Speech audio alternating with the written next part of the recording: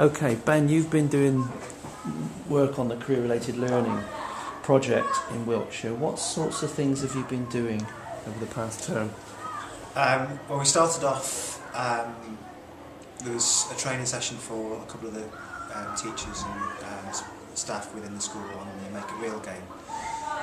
It suggested this coming into year 5, 6, that we'd try the real game as a route into career-related learning at all Cannings. And it was just fortunate that I actually happened to be going into that group at the right time and got a chance to try it. And so far, I've found it an absolute revelation. It's been a really nice way of teaching. Actually, I can't say teaching, of inspiring and enthusing children to be enterprising and consider their role within communities, their future in terms of careers, and the skills they might need beyond numeracy, literacy in the future. Things like interviewing for a job, things like developing a business plan and developing an idea in a structured way. It's just been a really nice thing to do. Tell us some more about Dragon's Den. Where did you get the idea and what the students been doing? The Dragon's Den, when I first started doing the Make It Real game, one of the first tasks is to have the companies and to interview for jobs within the companies. And actually in the first week when we introduced it all, the children said, well, can we make our own companies? So I thought to myself, well, why not? And actually it's meant that level of engagement, that motivation has just spiralled, and it's just been phenomenal. The ideas, I could probably give up teaching and make a fortune off them straight away. So if I'm not here by the time people watch this video, there's probably a good reason why. But the ideas have been phenomenal, but more so it's been the way the children have actually applied skills that they've learned throughout the whole school, in literacy, in numeracy, in PSHE, and everything that they do, science, DT, it's all linked together, and it's just been an absolute joy to teach. So have you seen any advantages to the rest of the curriculum? Some knock-on effects to the rest of the curriculum? Yeah, across the board, there's been a purpose for everything.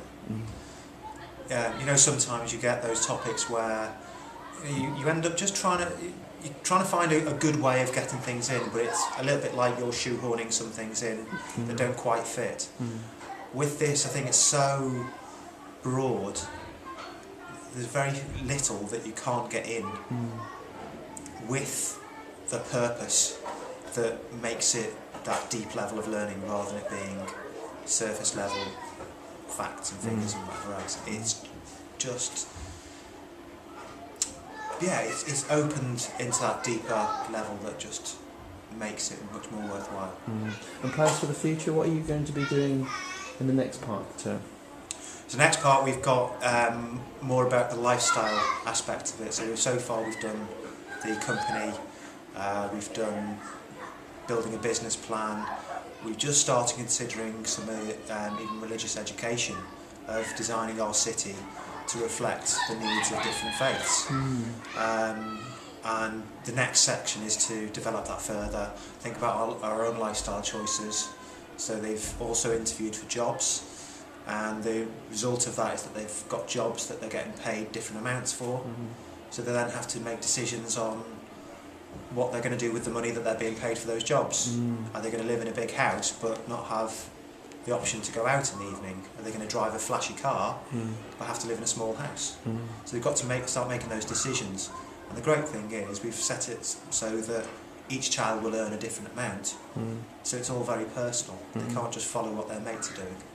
Can I ask you, one of the goals of the career-related learning that we set up in Wiltshire was to raise aspiration, and it's very difficult to measure, I'm sure. But in your experience as a teacher, as a year 5, 6 teacher, I mean, do you get a sense that aspirations are being raised, ambitions are being raised, barrier, stereotypes are being overcome? I mean, what's your gut feeling on that?